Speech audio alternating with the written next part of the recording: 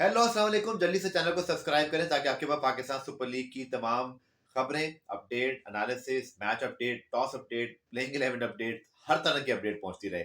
और आप सबका शुक्रिया भी बहुत बहुत। बस प्लीज इसी तरह सपोर्ट जारी रखिए। वीडियो को लाइक, कमेंट और फिर शेयर भी ट्विटर, फेसबुक और व्हाट्सएप ग्रुप में जरूर कीजिएगा। देखिए, पाकिस्तान सुपर लीग में आज इस्लामाबाद यूनाइटेड ने जब अपना पहला मैच खेला तो इस तरह तमाम 6 टीमें इन एक्शन आ गई। और बड़ी बखूबी तौर पे हमें अंदाजा हो गया है कि कौन सी टीम कहाँ स्टैंड करती है। पहले मैच की जनाब बात करते हैं। पेशावर जल्मी बामुकाबला इस्लामाबाद यूनाइटेड।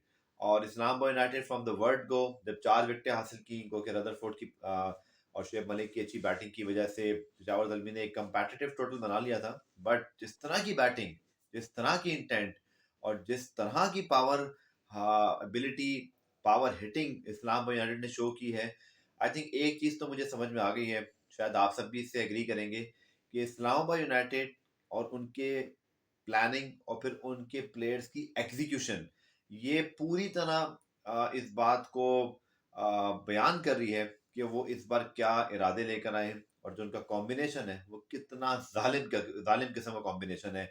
बिकॉज अभी तो मुनरो खेले नहीं है और अभी तो आसिफ अली, आजम खान या शादाब या हसन और नीचे चले जाए तो वसीम जूनियर तक बैटिंग। और आपको पता है T20 में अगर आपके पास ऐसे भी प्लेयर हो 7वें 8वें नंबर के बाद जो छक्का चौका लगा सकते हो तो वहां पे भी आप मैच हारे हुए जीत जाते हैं।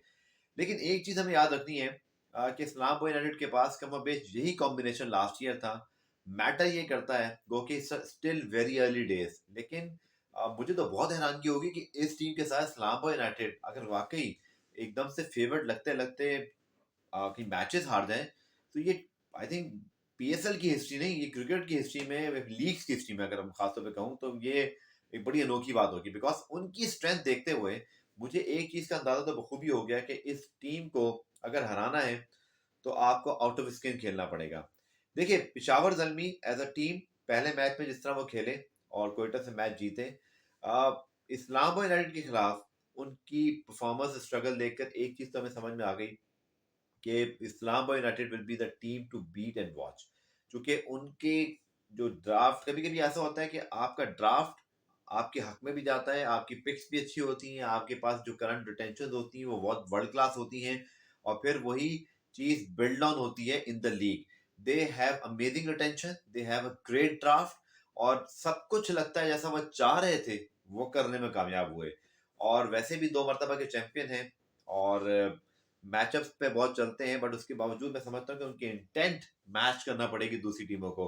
और पेशावर दल भी definitely going to be make a strong comeback. एक तो याद रखना कि जजाई नहीं थे, वहाब कोविड के बाद पहला मैच खेल रहे थे। अरशद इकबाल भी कोविड के से नहीं खेल पाए। इसी तरह अभी लिविंगस्टन और साकिब महमूद आए नहीं। So I think Zalmi definitely would love to win another match before Saqib and Livingstone come, चूंकि उनके आने से पहले अगर 2 से 3 दो मैचेस भी जीत जाते हैं 3 में से, या 4 में से 3 या 2 मैचेस जीत जाते हैं, आई think they will be okay with it. क्योंकि उनको आगे चल के उनकी टीम बहुत तगड़ी हो जाएगी। बिकॉज लियाम लिविंगस्टन जिस तरह के बैट्समैन है, साकिब महमूद जब आएंगे तो फिर वहाब रियाज के साथ मिलकर, और स्पेशली जब अरशद इकबाल भी आ जाएंगे, उस्मान कादिर उनके पास है, और just they need some good support as a allrounder from Ben Cutting. और स्पेशली मुझे लगता है शुएब मलिक भी यहाँ पे इंपॉर्टेंट हो सकते हैं, क्योंकि जो आज इस्लामाबाद ने चीज की है, मुझे लगता है कि अगली टीमों को शायद अब ये अंदाजा हो जाएगा कि इस पावर हाउस बैटिंग लाइन को आपको तोड़ने के लिए फॉरेन प्लेयर्स के खिलाफ मेरे ख्याल में हमेशा एक अच्छा मंत्र ये हो सकता है कि आप स्पिनर से आगाज करें। बहुत कम बॉलिंग करते हैं मोहम्मद हफीज, लेकिन आज भी आपने देखा कि उन्होंने लेफ्ट हैंडर का आउट किया। लेकिन मेरे ख्याल में, मैं हफीज का मेंशन या यूं कर रहा हूँ कि इस्लामाबाद के खिलाफ आपको, मुझे लगता है कि स्पिनर्स वाली हिकमत अमली लानी पड़ेगी in against their foreign players, जो कि मुनरो भी अब आ जाएंगे। उसके बाद यकीन तो जब आजम आते हैं या बाकी लोग आते हैं, यानी कि आसिफ हो गए, शादाब हो गए, या बाकी इनके पास जो ऑप्शन है, वहां फिर आप पाकिस्तानी बॉलर्स, फास्ट बॉलर्स के साथ आप अटैक कर सकते हैं। बट आई थिंक इस्लामाबाद ने रेस बहुत किया है अपना स्टैंडर्ड इस लीग में और दूसरी टीमों को उन तक पहुंचना पड़ेगा। Dalmi, I will not be surprised. They will definitely going to make a strong comeback. वैसे भी एक पहला मैच जीत गए थे।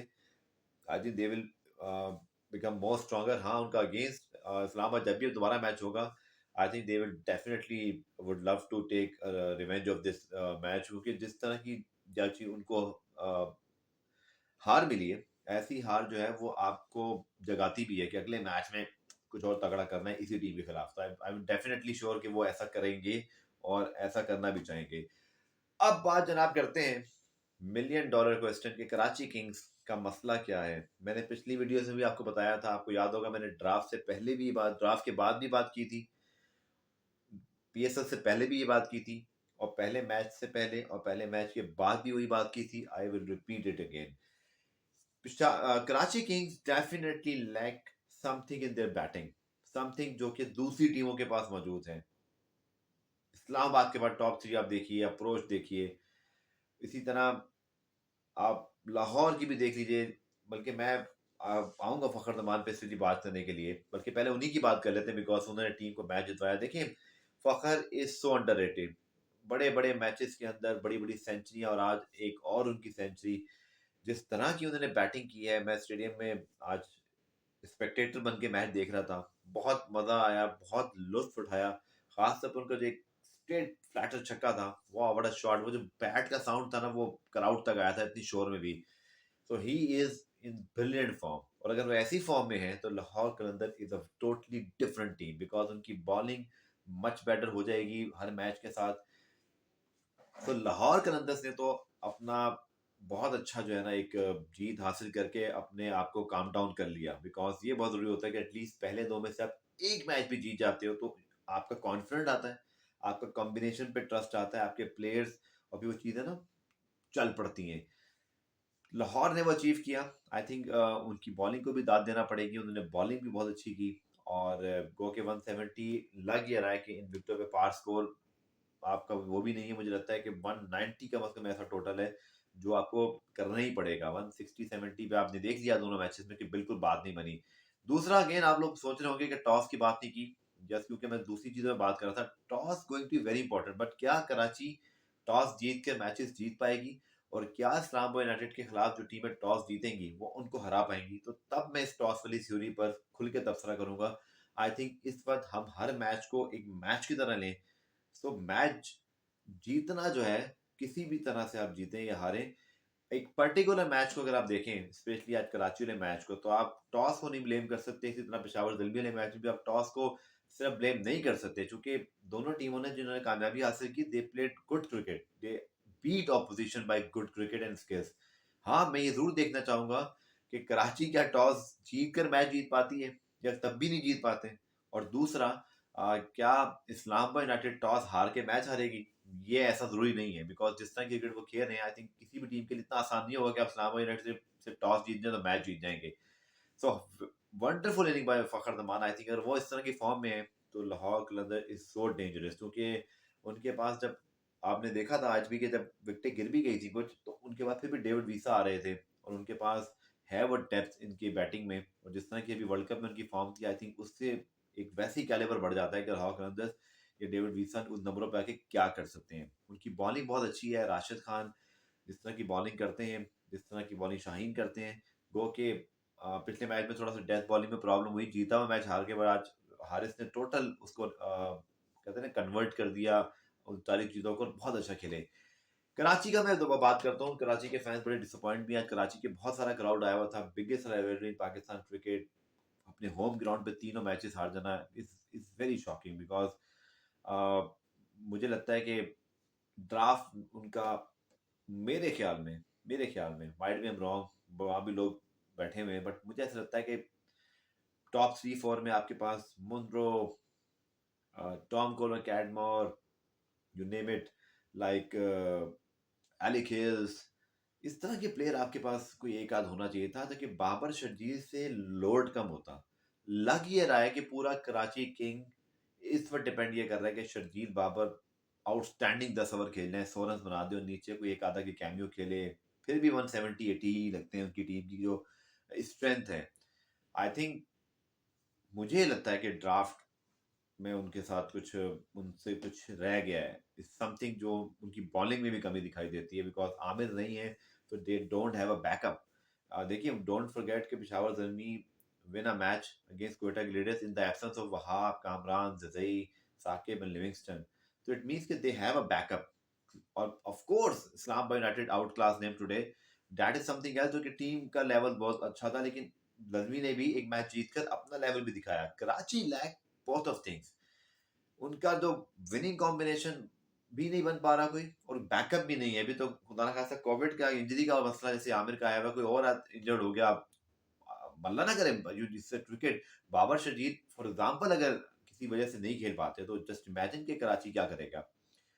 सो आई थिंक इन हालात में, मैंने पहले भी बात की थी कि आज भी मैं हैरान हो गया कि साहबजादा फरहान को खिलाया आपने और किस नंबर पे उनको खेलने के लिए भेजा।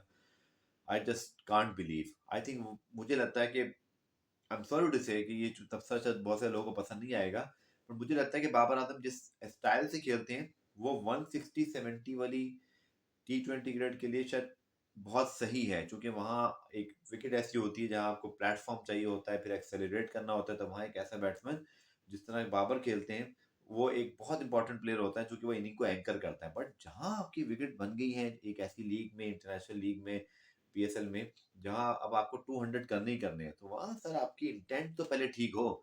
आप कहते हैं ना, आपको एक मंजिल पे पहुंचना है, आप उस स्पीड पे तो जाएं कि आप पहुंच सकें। अगर आपने स्पीड ही वो नहीं रखी तो आप रुक जाएंगे, अगले आगे निकल जाएंगे। यही कराची के साथ हो रहा है। शर्जील अकेले जो कर रहे हैं, बाबर को उसको साथ देना पड़ेगा उसी स्टाइल से।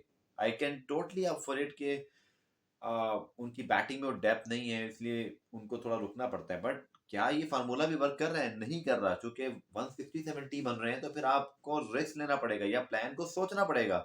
आई think they should go for Sahibzada Farhan along with Sharjeel Khan. Licence दें उनको कि आप जाके मारें, और फिर बाबर आके उस रन फ्लो के बाद एक स्टेबिलिटी दें, और इस तरह प्रेशर भी नहीं रहेगा, क्योंकि एक चीज हो चुकी होगी 9-10 रन पर ओवर वाली, उसके बाद ग्राफ नीचे आएगा भी तो बाबर खुद उठा लेंगे। बट बाबर अगर पहले ही 100 रन गिरा है, तो उनके लिए उनकी बैटिंग के स्टाइल से मुझे नहीं लग रहा कि वो कर पाएंगे। दूसरा, मोहम्मद आमिर उनके लिए बहुत इंपॉर्टेंट है, क्योंकि आमिर आएंगे तो इस टीम में एक ऐसा एक्स फैक्टर आता है शुरू में, जहां से वो एक दो विकेट जल्द हासिल करके कराची को उठाएंगे। अनफॉर्चुनेटली ऐसा भी नहीं हो रहा। सो कराची के लिए बहुत ज्यादा time is running out for them, और अगर उन्होंने जल्दी से चीजों को आउट ऑफ बॉक्स नहीं सोचा तो फिर बहुत मसला हो जाएगा। और फिर मुझे लगता है कि इस लीग का मजा भी किरकिरा हो रहा है। मैं आज इसलिए कराची को सपोर्ट कर रहा था पूरे मैच में, बिकॉज उनके जीतने से लीग में इंटरेस्ट आएगा। यही कोयटा के साथ हुआ पिछले 2 सीजन में, कि वो बिल्कुल ही रेस से आउट रहे पूरे के पूरे सीजन में ही ऑलमोस्ट, और फिर लीग का मजा नहीं आता। 6 टीमें, 2 ने बाहर होना में से एक पहले ही आपको बाहर दिखाई दे रही है, तो फिर एक ही टीम का मसला रह जाता है। So by the way, I think ये बहुत इंपॉर्टेंट है उनके लिए सोचना। बाकी आप लोग बताइए, आप सबकी क्या राय है? कल जो मैच हो रहा है उसके बारे में फिर कल हम दोबारा बात करेंगे। सुबह मैं इंशाल्लाह आपके साथ वीडियो बनाऊंगा, कल के मैच में हम बात करेंगे। आप मुझे जरूर अपनी राय से आगाह कीजिएगा, और सवाल हो तो जरूर कीजिएगा, नेक्स्ट वीडियो में इसका जवाब देने की कोशिश करूंगा। टेक केयर, खुदा हाफिज।